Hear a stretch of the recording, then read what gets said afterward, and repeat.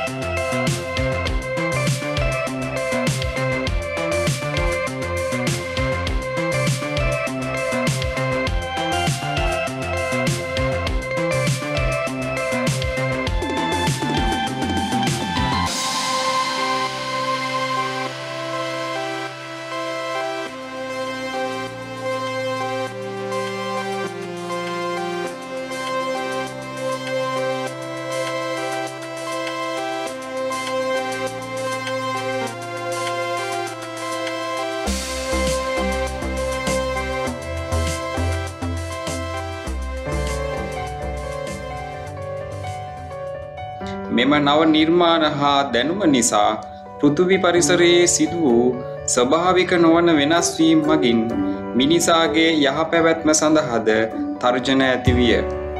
ප්‍රධාන උදාහරණයක් වන්නේ අති විනාශකාරී පරමාණු කවි භාවිතා කිරීමට මිනිසා යොමු වීමයි. එනම් උගත් මිනිසා විසින් තම වර්ගයාට මෙන්ම තමාගේ නිවහන වූ පෘථිවියටද දැඩි තර්ජනයක් එල්ල කර ඇත.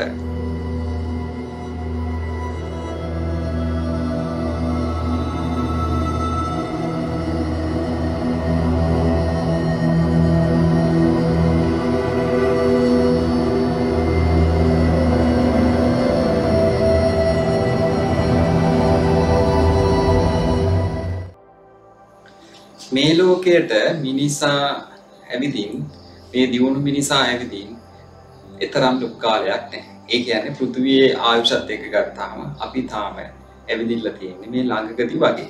ඉතින් මේ පෘථිවිය මිනිසා එන්න ඉස්සර ඉඳන් බොහොම ශාස්ත්‍රීයව පැවතිච්ච තැන. ඒවා අපිට විවිධ සාක්ෂි මගින් හම්බ වෙනවා. ඉතින් ඕගොල්ලෝ දන්නවද මේ ලෝකේ බැක්ටීරියා දිලීර වර්ග නැති වුණොත් මේ ලෝකයේ ජීවීන්ට පැවැත්මක් නැති බව. ඒ කියන්නේ අපිටත් ඉන්න නම් මේ බැක්ටීරියා දිලීර වර්ග ඉන්න ඕනේ. විශාක ගැන කුමන කතාවද? හැබැයි මිනිස්සු මේ ලෝකෙන් තුරන් වුණොත් මේ ලෝකේ මොන වගේ වෙයිද? එහෙනම් බැක්ටීරියා වලට මිනිස්සුන්ව ඕනද? ඕගොල්ලන්ට ඒක හිතා ගන්න පුළුවන්. ඉතින් කොහොම හරි මේ ලෝකයේ පැවැත්මට ලොකුම තර්ජනයක් එල්ල කරන්නේ උගත් මිනිසා විසින්. ඒ කියන්නේ නෝගත් මිනිසාගෙන් වෙන තර්ජනය පොඩි එයාගේ ගෙදර සීමාව ඇතුලේ ඒ පොඩි සීමාවක ඒ දුගත් මිනිසා විසින් මුළු පෘථිවියටම තර්ජනයක් එල්ල කරලා තියෙනවා. ඉතින් මේ තාක්ෂණයේ දියුණුවත් එක්ක මේ එන තර්ජනය අපිට වළක්වන්න බෑ. ඒක නවත්වන්න උත්සාහ කිරීම නිෂ්ඵල ක්‍රියාවක්. ඉතින් මේ තාක්ෂණය තමයි මේ අපි දැන් sannivedanaya කරන්න පාවිච්චි කරන්නේ. දැන් මම මේ ඔයගොල්ලන්ට කතා කරන්නේ මේ තාක්ෂණයෙන්. ඉතින් මේ තාක්ෂණය ප්‍රතික්ෂේප කරන්න බෑ අපිට. ඒ නිසා හොඳම වැඩේ තමයි මේ තාක්ෂණයෙන් පොළවට වෙන අහිතකර බලපෑම් නැති කරන්න, අඩු කරන්න වෙනම කණ්ඩායමක්, වෙනම විද්‍යාඥයෝ පිරිසක් ලෑස්ති වෙන එක. එතකොට ගැටීමක් නැතුව මේ පෘථිවියේ සමතුලිතතාවය තියාගන්න අපිට පුළුවන්කමක් ලැබෙනවා. ඒ නිසා ඕගොල්ලෝ තීරණය කරන්න ඕනේ ඉගෙන ගත්තට පස්සේ අර තාක්ෂණීය දියුණු කරන විද්‍යාඥයෝ වෙනවද?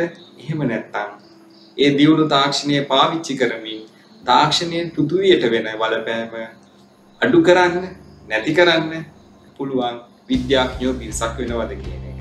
ඉතින් කොහොම හරි ඕගොල්ලෝ දෙකෙන් එකකට නම් අයිති වෙන්නම ඕනේ. නිකන් ඉන්න එක අපරාධයක්. මේ ජීවිතේ කරගන්න පුළුවන් ලොකුම අපරාධයක් තමයි මොකක්වත් නොකර නිකම්ම ඉපදිලා මැරිලා යන්නේ.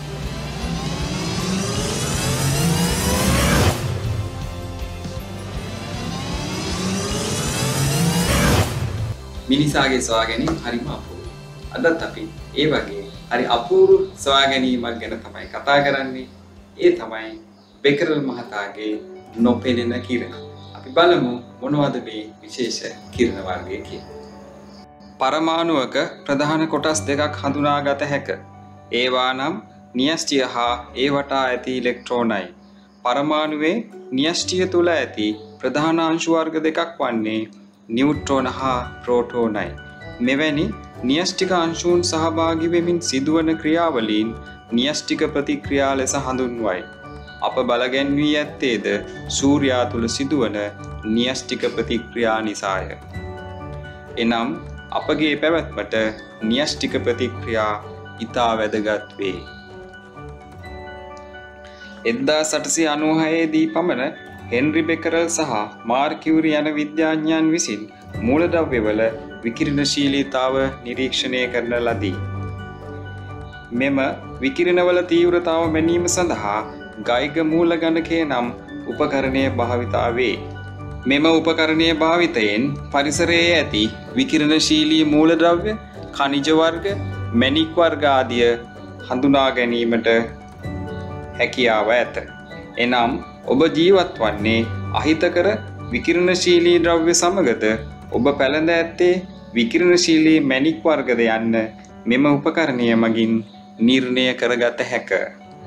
න්‍යෂ්ටික ප්‍රතික්‍රියා භාවිතයෙන් අපිට අවශ්‍ය බල ශක්තිය නිපදවා ගැනීමට හැකිවීම නිසා න්‍යෂ්ටික ප්‍රතික්‍රියා ඉතා වැදගත් වේ. මෙම න්‍යෂ්ටික බලාගාර නිසි ලෙස ක්‍රියාත්මක වුවහොත් එමගින් සිදුවන පරිසර දූෂණය අවම වන නිසා පරිසර හිතකාමී ශක්ති ප්‍රභවයක් ලෙස න්‍යෂ්ටික ඉන්ධන හඳුනාගත හැක. ගිනි ආරක්ෂණ පද්ධතිවල ගින්නට සංවේදී වන ෆයර් එලාම් ක්‍රියාත්මක වීමට අවශ්‍ය සංඥාව ඇති කිරීම සඳහා විකිරණ මුක්ත කරන මූලද්‍රව්‍ය භාවිතා වේ. ගින්නකින් මුක්ත වන දුම උපකරණයට ඇතුල් වීමෙන් විකිරණවල ගමන් මාර්ගයට බාධාවක් ඇති වේ. මෙම බාධාව නිසා පරිපථයේ සිදුවන විද්‍යුත් ධාරාවේ වෙනස හඳුනා ගැනීම මගින් මෙම සංඥා පද්ධතිය ක්‍රියාත්මක වේ. මෙය ඊතා සංවේදී පද්ධතියක් නිසා උපරිම ආරක්ෂාවක් ඇති වේ. මිනිසාගේ ශරීර තුල ඇතිවන පිළිකා සෛල විනාශ කිරීමටද විකිරණශීලී මූලද්‍රව්‍ය භාවිතා වේ. රේඩියෝ තෙරපි යනුවෙන් හඳුන්වන්නේ මෙම ක්‍රමයයි. විකිරණශීලී අයඩීන් භාවිතයෙන් තයිරොයිඩ් ග්‍රන්ථියේ ඇති දෝෂ හඳුනා ගැනීමක්ද සිදු කළ හැක. මේ ආකාරයට ශරීරයේ විවිධ ග්‍රන්ථිවල දෝෂ නිර්ණය කර ගැනීමට විකිරණශීලී මූලද්‍රව්‍ය භාවිතා වේ. විකිරණශීලී ෆොස්ෆරස් ඇතුල් කර එය සාන්ද්‍රගත වන ස්ථාන නිර්ණය කිරීමෙන් ෆොස්ෆරස් මූලද්‍රව්‍ය වඩාත් අවශ්‍ය වන්නේ ශාකවල කුමන කොටසටදයි නිර්ණය කරගත හැක.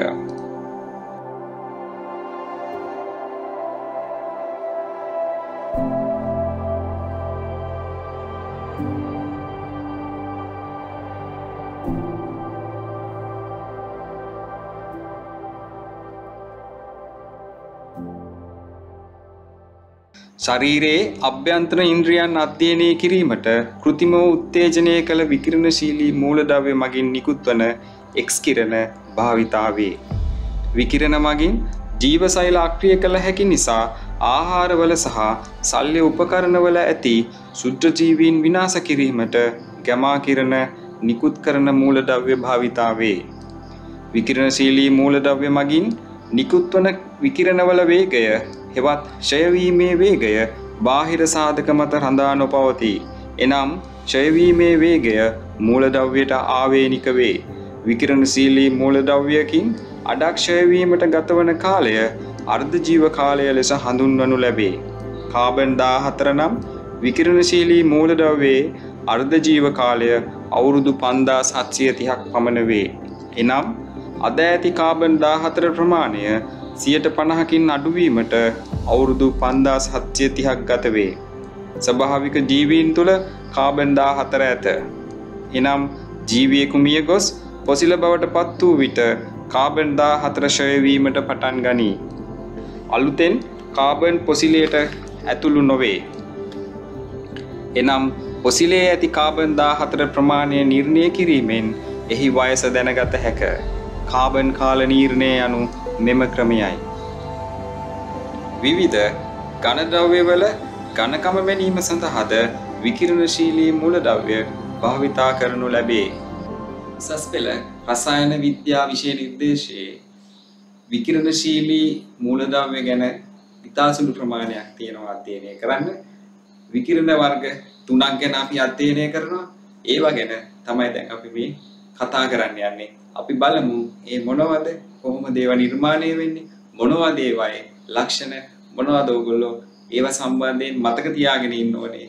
A level chemistry ප්‍රශ්න පත්‍රයේට ලකුණු ටිකක් අරගන්න. අපි දැන් බලමු ඇල්ෆා, බීටා, ගැමා විකිරණ ගැන. න්‍යෂ්ටිය තුල ඇති නියුට්‍රෝනයක් විඛණ්ඩනය වී ප්‍රෝටෝනයක් හා ඉලෙක්ට්‍රෝනයක් සාදයි. මෙම ඉලෙක්ට්‍රෝනය වේගයෙන් න්‍යෂ්ටියෙන් ඉවතට ගමන් කරන අතර එය බීටා අංශුවක් ලෙස හඳුන්වයි. එවිට න්‍යෂ්ටිය තුල ප්‍රෝටෝන ගණන එකකින් ඉහළ යයි. නියුට්‍රෝන ගණන එකකින් අඩු වේ. එනම් බීටා අංශුවක් මුක්ත වූ පසු නව මූලද්‍රව්‍යයක් නිර්මාණය වේ. මෙම නව මූලද්‍රව්‍යයේ ස්කන්ධ ක්‍රමාංකය එමාගේම වන අතර පරමාණුක ක්‍රමාංකය එකකින් ඉහළ වේ. මෙලෙසම බීටා අංශු එකකට වඩා මුක්ත විය හැකි අතර එයට අනුරූපව පරමාණුක ක්‍රමාංකය ඉහළ යයි නව මූලද්‍රව්‍ය නිර්මාණය වේ. න්‍යෂ්ටිය ඇතුලේ තියෙන ප්‍රෝටෝනයකුයි න්‍යෂ්ටියෙන් පිටත තියෙන ඉලෙක්ට්‍රෝනයකුයි දෙක එකට එකතු කරාම හම් වෙන්නේ උදාසීන අංශුවක්. මොකද ප්‍රෝටෝනීය ආරෝපණය ධන එකයි, ඉලෙක්ට්‍රෝනීය ආරෝපණය ඍණ එකයි. ඔය දෙක එකට එකතු වුණාම උදාසීන අංශුවක් හැදෙනවා. එතකොට ඒ අංශුවේ ස්කන්ධය ප්‍රෝටෝනීය ස්කන්ධයට ආසන්න වශයෙන් සමාන වෙනවා. ඉතින් ඒ අංශුව තමයි නියුට්‍රෝනය. එහෙනම් නියුට්‍රෝනය කැඩුනොත් ආපහු අපිට හදාගන්න පුළුවන් ප්‍රෝටෝනයක් සහ ඉලෙක්ට්‍රෝනයක්. ඉතින් න්‍යෂ්ටිය ඇතුලේ මෙන්න මේ නියුට්‍රෝන විඛණ්ඩනය වෙන සිදුවීම් සිදු වෙනවා. ඒවා න්‍යෂ්ටික ප්‍රතික්‍රියා යටතේ තමයි අපිට වැඩි දුරටත් අධ්‍යයනය කරන්න වෙන්නේ. ඉතින් උසස් පෙළ විෂය නිර්දේශයේදී අපි මේ කතා කරන්න යන්නේ ඉතා සුළු ප්‍රමාණයක් නියුට්‍රෝනයක් විදිලා හැදෙන ප්‍රෝටෝනය න්‍යෂ්ටිය ඇතුළෙම හිර වෙනවා, රැඳෙනවා, තියෙනවා. ඒ හැදෙන ඉලෙක්ට්‍රෝනය න්‍යෂ්ටියෙන් එළියට වේගයෙන් ගමන් කරනවා. අන්නේ ඉලෙක්ට්‍රෝනයට අපි නමක් දෙනවා බීටා කිරණය කියලා. ඇත්තට මේක බීටා අංශුවක්.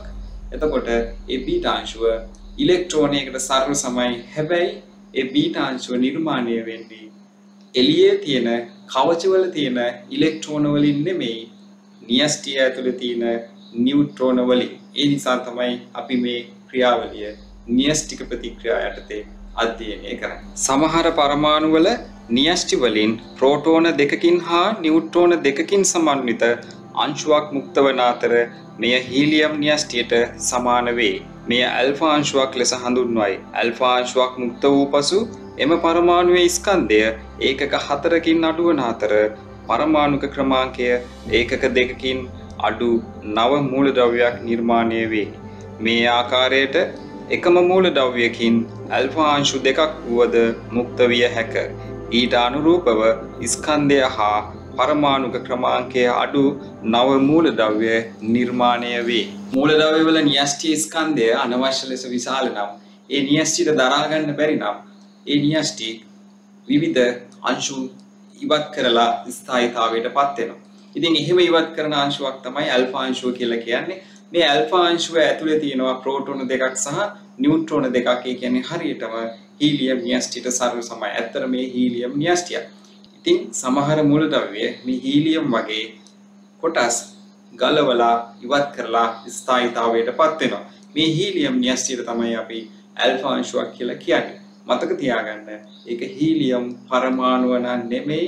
ඒක පරමාණුවක් වෙන්නේ මේ න්‍යෂ්ටික ක්‍රියාවලියෙන් පස්සේ එළියට ඇවිදින් ඉලෙක්ට්‍රෝන දෙකකුත් එක්ක සම්බන්ධ වෙලා උදාසීන වුණාට පස්සේ. සමහර මූලද්‍රව්‍ය වලින් බීටා අංශුවකුයි ඇල්ෆා අංශුවකුයි දෙකක් එකවර මුක්ත වෙන්නත් පුළුවන්.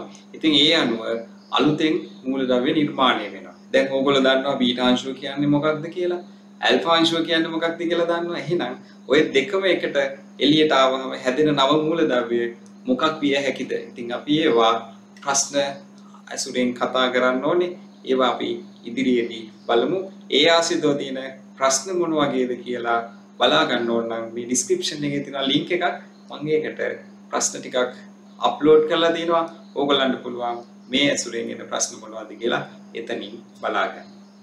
සමහර මූලද්‍රව්‍යවල න්‍යෂ්ටියේ ඇති නියුට්‍රෝන හා ප්‍රෝටෝන සංවිධානය වී ඇති ආකාරය අස්ථායී වන අවස්ථා ඇත.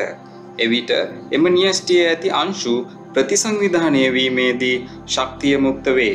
මෙම ශක්තිය මුක්ත වන්නේ විද්‍යුත් චුම්බක තරංග ලෙසය. ඒවායින් එක් ආකාරයක් ගැමා කිරණ ලෙස හඳුන්වයි. මේවා අධිශක්ති විද්‍යුත් චුම්බක තරංග වේ. ගැමා කිරණ වලට ස්කන්ධයක් හා ආරෝපණයක් නැත. එනම් ගැමා කිරණ මුක්ත වීමෙන් නව මූලද්‍රව්‍ය නිර්මාණය නොවේ. ඇල්ෆා කිරණ වල ශක්තිය සහ බීටා කිරණ වල ශක්තිය ගැමා කිරණ වලට වඩා අඩුයි. මොකද ගැමා කිරණ කියන්නේ ඉහළ සංඛ්‍යාතයක් තියෙන විද්‍යුත් චුම්බක තරංග විශේෂයක්. ඒක අංශුවකුත් නෙමෙයි. ඉතින් මේ ගැමා කිරණ වලට ආරෝපණයකුත් නැහැ. ස්කන්ධය අඩු වෙන්නෙත් නැහැ ගැමා කිරණයක් මුක්ත වුණා කියලා නව මූලද්‍රව්‍යයක් නිර්මාණය වෙන්නෙත් නැහැ. වෙන්නේ ගැමා කිරණ මුක්ත වුණාට පස්සේ අර විකිරණශීලී මූලද්‍රව්‍ය ස්ථායී තත්වයකට පත් වීමක් තමයි. හැබැයි සමහර මූලද්‍රව්‍ය වලින් ගැමා කිරණ මුක්ත කළා ඊට පස්සේ ඇල්ෆා කිරණක් මුක්ත කළා සමහර විට බීටා කිරණක් මුක්ත වෙන්න පුළුවන්. ඒ අනුව හැදෙන අලුත් මූලද්‍රව්‍ය මොන වගේ වෙන්න ඕනද? ඒවා සමීකරණ ලියලා හොයාගන්න පුළුවන්. මොකද අපි දන්නවා බීටා කියන්නේ ඉලෙක්ට්‍රෝනයක්, ඇල්ෆා කියන්නේ හීලියම් න්‍යෂ්ටියක්, ගැමා කියන්නේ ස්කන්ධයක් නැති විද්‍යුත් චුම්බක තරංග විශේෂයක්. දැන් අපි බලමු මේ ඇල්ෆා බීටා ගැමා වල ගුණ සංසන්දනාත්මක මොන වගේද කියලා. මෙම කිරණවල ස්කන්ධය හා ආරෝපණය යන දෙකම ඇල්ෆා බීටා ගැමා යන පිළිවෙලට අඩුවේ. යම් පදාර්ථ හරහා විනිවිද යාමේ හැකියාව එම පිළිවෙලට වැඩි වේ. ශරීරය හරහා විනිවිද යාමේ හැකියාවක් ගැමා වලට ඇති අතර එය වඩාත් හානිකර කිරණ වර්ගයකි.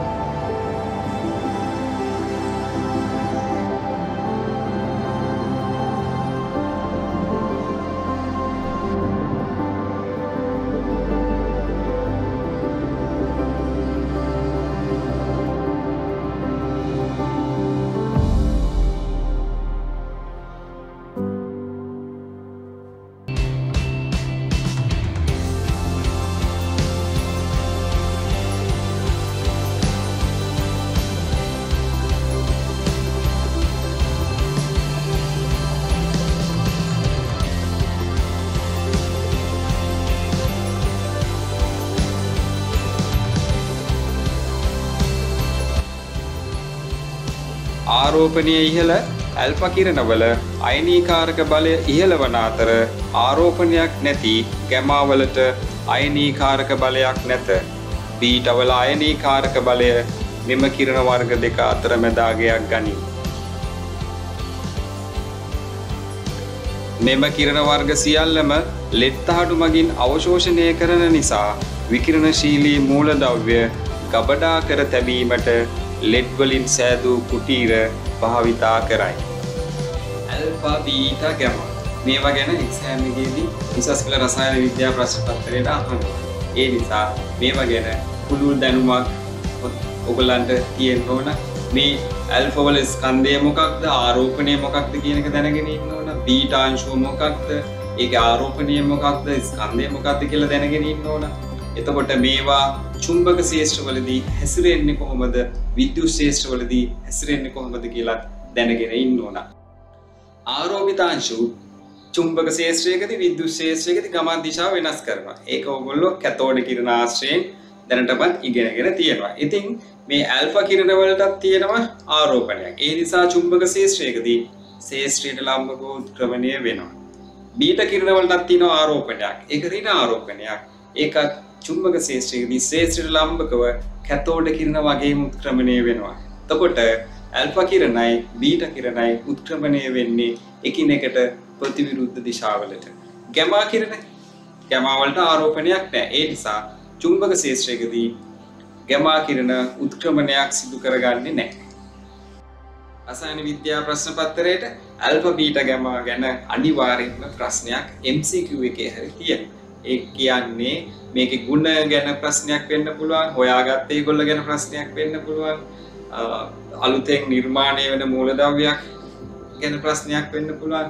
ඉතින් මේ කොයකට වුණත් උත්තර දෙන්න නම් මේ සේරම දැනගෙන ඉන්න ඕනේ, මතක තියාගෙන ඉන්න ඕනේ. ඉතින් අපි බලමු මේකෙන් එන්න පුළුවන් ප්‍රශ්න මොන වගේද කියලා. අදත් මනුජ සැදී පැහැදී ඉන්න ප්‍රශ්න ටිකක් අහන්න. අපි බලමු මනුජ අහන්නේ මොන වගේ ප්‍රශ්න ටිකක්ද කියලා. අන්න අදත් මම රුවන් සර්ගෙන් ප්‍රශ්න ටිකක් අහන්න හදන්නේ. පළමු ප්‍රශ්නේ බීටා අංශුවක් සහ ඉලෙක්ට්‍රෝන අතර වෙනස කුමක්ද? අතර බීටා අංශුවක් සහ ඉලෙක්ට්‍රෝන අතර වෙනසක් නැහැ. ඒ වුණාට ඒ බීටා අංශුව ජනනය වෙන ස්ථානයේ තමයි වෙනස තියෙන්නේ. ජනනය වුණාට පස්සේ දෙක සර්ව සමයි, එකම ස්කන්ධ, එකම ආරෝපණ. බීටා අංශුව ජනනය වෙන්නේ නියස්ටියේ නියුට්‍රෝනයක් විද වැටීමෙන් ප්‍රෝටෝනයක් සහ ඉලෙක්ට්‍රෝනයක් බවට. ඒ ඉලෙක්ට්‍රෝනය තමයි වේගයෙන් නියස්ටියෙන් එළියට ගමන් කරන්නේ. ඒකට තමයි අපි බීටා අංශුවක් කියලා කියන්නේ. දෙවන ප්‍රශ්නේ කැතෝඩ කිරණ සහ බීටා අංශු එකිනෙකට වෙනස්ද? කැතෝඩ කිරණ කියන්නේ ඉලෙක්ට්‍රෝනම තමයි, බීටා කිරණ කියන්නේ ඉලෙක්ට්‍රෝන. ඉතින් මේ දෙකේ කිසිම වෙනසක් නැහැ. අර කලින් වගේම ඒවා නිෂ්පාදනය වන ආකාරය, ජනනය වන ආකාරයේ වෙනසක් විතරයි තියෙන්නේ. තුන්වන ප්‍රශ්නේ ඇල්ෆා අංශුවක් සහ හීලියම් පරමාණු අතර වෙනස මොකක්ද? ඇල්ෆා අංශුවක් කියලා කියන්නේ හීලියම් නියස්ටියට. හීලියම් පරමාණුවක් වෙනකොට හීලියම් නියස්ටි ඉලෙක්ට්‍රෝන දෙකක් අරගෙන තියෙනවා. එතකොට හීලියම් නියස්ටියයි හීලියම් පරමාණුවයි වෙනස්. සයිස් එකෙන් ලොකු වෙනසක් තියෙනවා. හීලියම් නියස්ටිය තමයි ඇල්ෆා අංශුවක් කියන්නේ. ඒ ඇල්ෆා අංශුව තමයි අර ගයිගර් මාස්ටර් රන්පත් පරීක්ෂණයට පාවිච්චි කරේ. හීලියම් පරමාණු නෙමෙයි, ඒ දෙක වෙනස්. හතරවන ප්‍රශ්නේ ගැමා කිරණ වලට ස්කන්ධයන් නැතිද? ගැමා කිරණ වලට ස්කන්ධයක් නැහැ. ගැමා කිරණ කියලා කියන්නේ විද්‍යුත් චුම්බක තරංග විශේෂයක්. විද්‍යුත් ගුණයි චුම්බක ගුණයි කියන තරංග. ඒක ජනනය වෙන්නේ නියස්ටිය ප්‍රතිසංවිධානය වීම නිසා. ඒ නිසා ගැමා කිරණයක් මුක්ත වුණාම නියස්ටිය ස්කන්ධය අඩු වෙන්නේ නැහැ. අලුත් මූලද්‍රව්‍යයක් නිර්මාණය වෙන්නේ නැහැ. ගැමා වලට ස්කන්ධයක් විතරක් නෙමෙයි, ආරෝපණයකුත් නැහැ. පස්වන ප්‍රශ්නේ අයනීකාරක බල වැඩි මේ තුන් දෙනාගෙන් කාගේද? අයනීකාරක බලය වැඩි මේ තුන් දෙනාගෙන් කාගේද? අයනීකාරක බලය තීරණය වෙන්නේ ඒ අංශුවේ තියෙන ආරෝපණය මත. එතකොට හීලියම් වල ආරෝපණය ධන දෙකක්. ඒ නිසා යාට පුළුවන් වෙන එක හොඳට අයනීකරණය කරන්න. එතකොට බීටා අංශුව ඍණ එකක ආරෝපණයක්. එයාගේ අයනීකාරක බලය ඇල්ෆා වලට වඩා අඩුයි. ගැමා වල ආරෝපණයක් නැහැ. බිඳුවයි. ඒ නිසා අයනීකාරක බලයත් ශූන්‍යයි. හයවන ප්‍රශ්නේ එකවරම විකරණ වර්ග තුනම පිට වෙන්න බැරිද? එකවරම මේ විකිරණ වර්ග තුනම පිට වෙනවා කියලා කියන්න බෑ. ඒ වුණාට එකම මූලද්‍රව්‍යයකින් එකකට පස්සේ එකක් පිට වෙන්න පුළුවන්. ඇල්ෆා පිට වෙනවා, බීටා පිට වෙනවා, ඊට පස්සේ ගැමා මුක්ත වෙනවා. ඔය වගේ ඔය තුන මාරුලක් දෙන්න පුළුවන්. ඉතින් ඒක අපිට මූලද්‍රව්‍ය ගැන දන්නේ නැතුව හරියටම කියන්න බෑ. හත්වන ප්‍රශ්නේ මේ විකිරණ වර්ගවල ප්‍රයෝජන මොනවාද? විකිරණ වර්ගවල ප්‍රයෝජන රාශියක් තියෙනවා. ඉතින් මම මේ වීඩියෝ එකේ ඒ ගැන ලොකු විස්තරයක් කරලා තියෙනවා. මම කෙටියෙන් කිව්වොත් ලොකුම ප්‍රයෝජනයක් තමයි නියස්ටික බලාගාරවල භාවිතා කරන එක. විශාල ශක්තියක් අපිට ජනනය කරගන්න පුළුවන්. ඊට අමතරව අපි විකිරණශීලී මූලද්‍රව්‍ය සුලභවම භාවිතා කරනවා. පිළිකා සෛල විනාශ කරන්න, ශුද්ධ ජීවීන් විනාශ කරන්න වගේ වට. ඉතින් මේ ප්‍රයෝජන ගැන දීර්ඝ විස්තරයක් තියෙනවා. ඒක ආපෞසරයක් බලන්න.